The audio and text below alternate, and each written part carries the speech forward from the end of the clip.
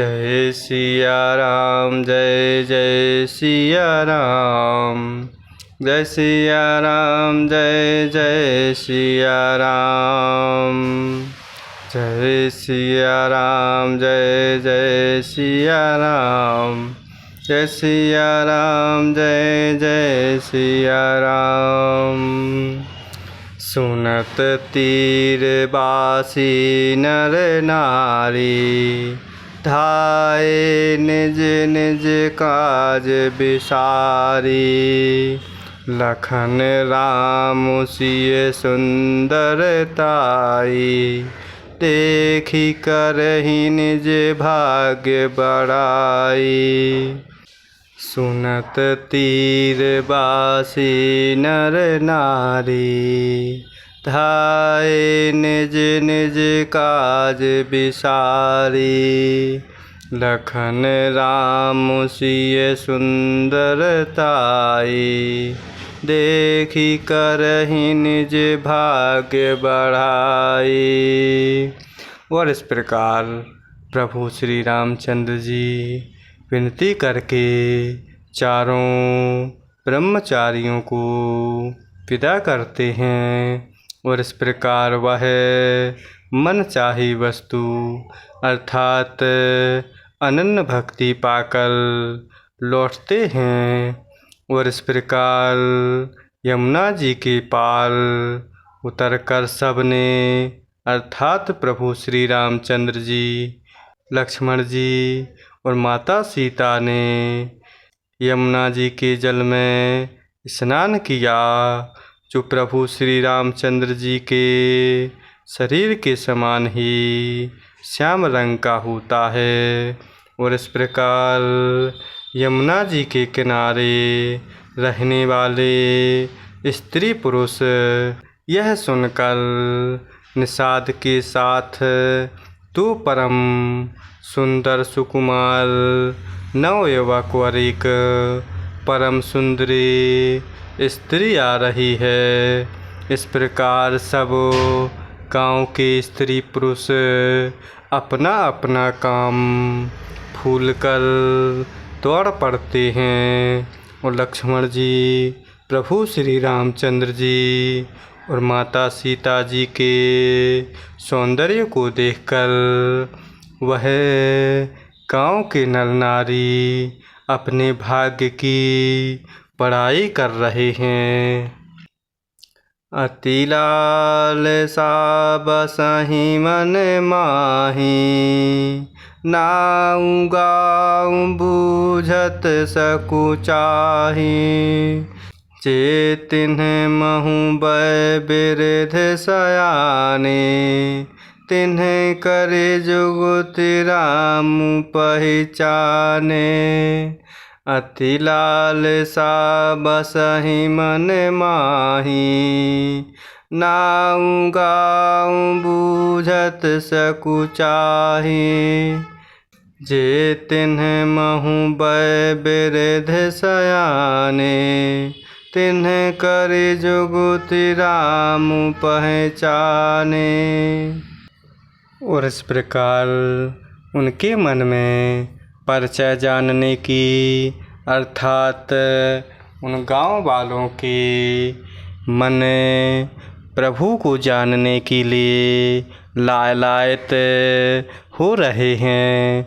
और इस प्रकार बहुत सी लालसाएं जग रही हैं, पर वे नाम गांव पूछने से सकुचाते हैं। और इस प्रकार उन लोगों में जो वयोवृद्ध और चतुर होते हैं, उन्होंने युक्ति से प्रभु श्री रामचंद्र जी को पहचान लिया। सकल कथा तिन्ह सब ही सुनाए, बनहि चले पितु आयसु पाए। सुनि सबिषाद सकल पछिताहि, रानी राय कीन्ह भल नाही। सकल कथा तिन्ह सब ही सुनाए। बन ही चले पितु आयसु पाए। सुनि सा विषाद सकल पछिताहि। रानी राय कीन्ह भल नाही। और इस प्रकार उन गाँव के नर नारियों में पयोवृद्ध और चतुर होते हैं और इस प्रकार वह युक्ति से प्रभु श्री रामचंद्र जी को पहचान लेते हैं।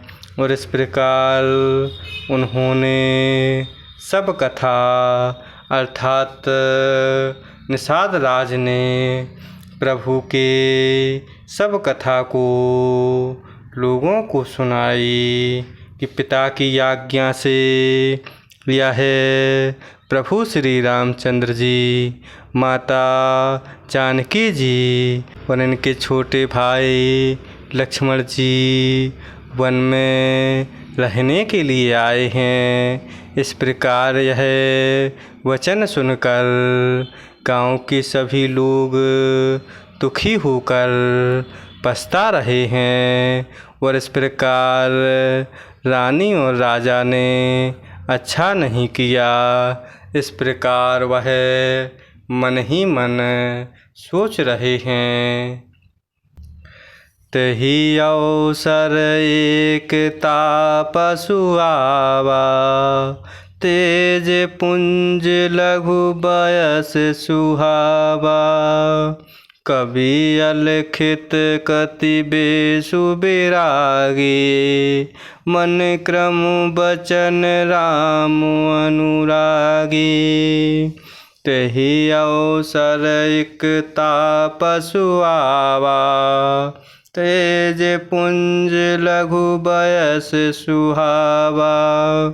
कवि अलिखत कति बेसु बिरागी।